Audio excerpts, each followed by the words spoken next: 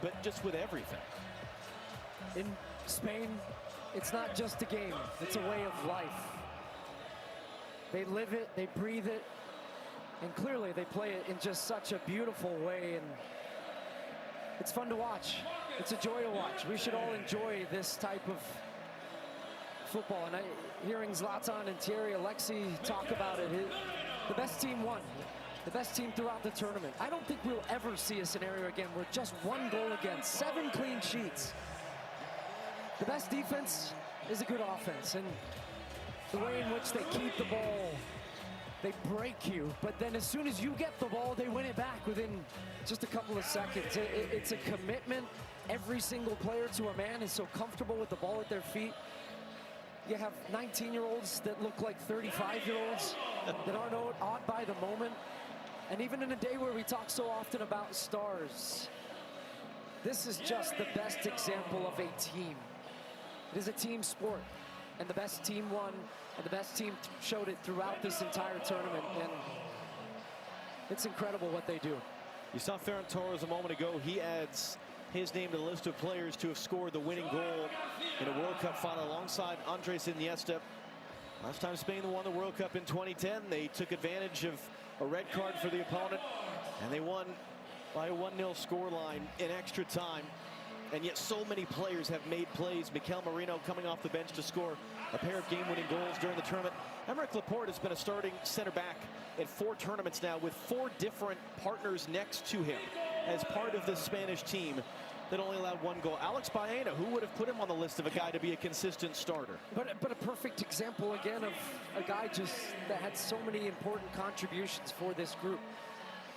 And in a rare occasion where we think about history many, many years from now, about this World Cup, this edition, and who knows how many Lamine Yamal is going to win, wearing the number 19 shirt at 19 years old, turned 19 throughout the tournament, and yet scored 1 goal. That's the scary thought, that he's a World Cup winner on a day where he wasn't the star. But he understands what his role and what his importance is to this team, and he is willing to play that role for the betterment of the group. And I think when we look back, as there's his brother Kane in the crowd, and he's been fun to watch him throughout the tournament, his just joyous big smile as his brother goes on to win a World Cup.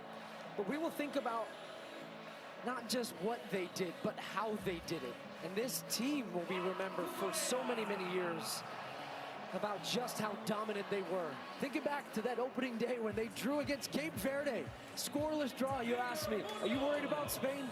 I wasn't, but I didn't know they were going to go and win in this dominant fashion.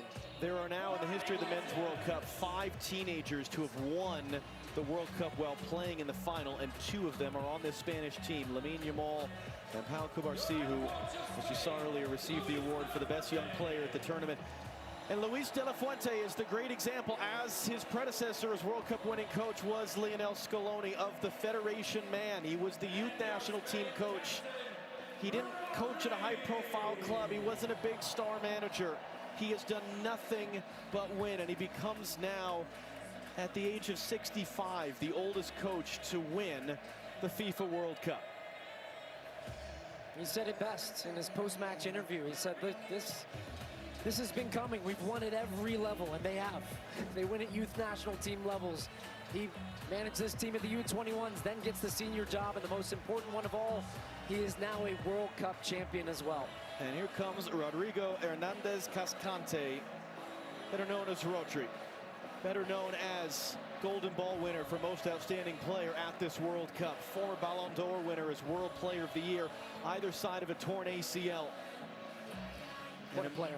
A man who has done so many things, and really a guy that makes being a defensive midfielder cool, because he wins the most outstanding player of the tournament, not by scoring and assisting and doing all these things, but by doing all of the other things. And now it will be the job of Rodri with his teammates behind him. They've been together for the better part of 2 months now here in North America. And they traveled from Atlanta to Guadalajara to LA to Dallas and here to New Jersey. One final act on this incredible summer of soccer for Rodri to lift the trophy and for the celebrations to begin both here and overseas.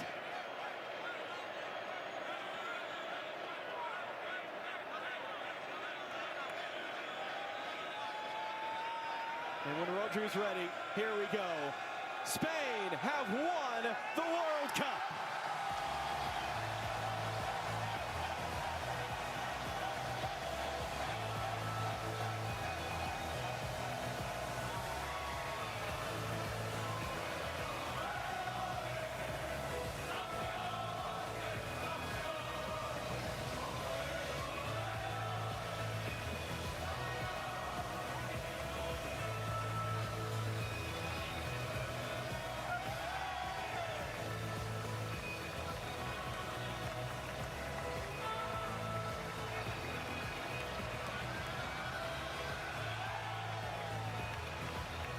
For those of us that have gotten to do this 3 times, for those of us who go back to 2015 in Canada, what a blessing it is to be a part of these moments and to bring them to all of you at home.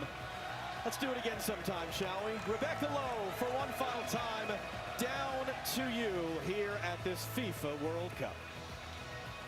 As we see Messi depart the field and the trophy held aloft, John Strong, Stu Holden, thank you for your incredible work all summer long. Plenty more to come. Let's just bring you the superior player of the match, sponsored by Michelob Ultra. Ferran Torres is the selection after scoring one of the most dramatic goals in World Cup final history. His strike in the 106th minute proving to be the difference between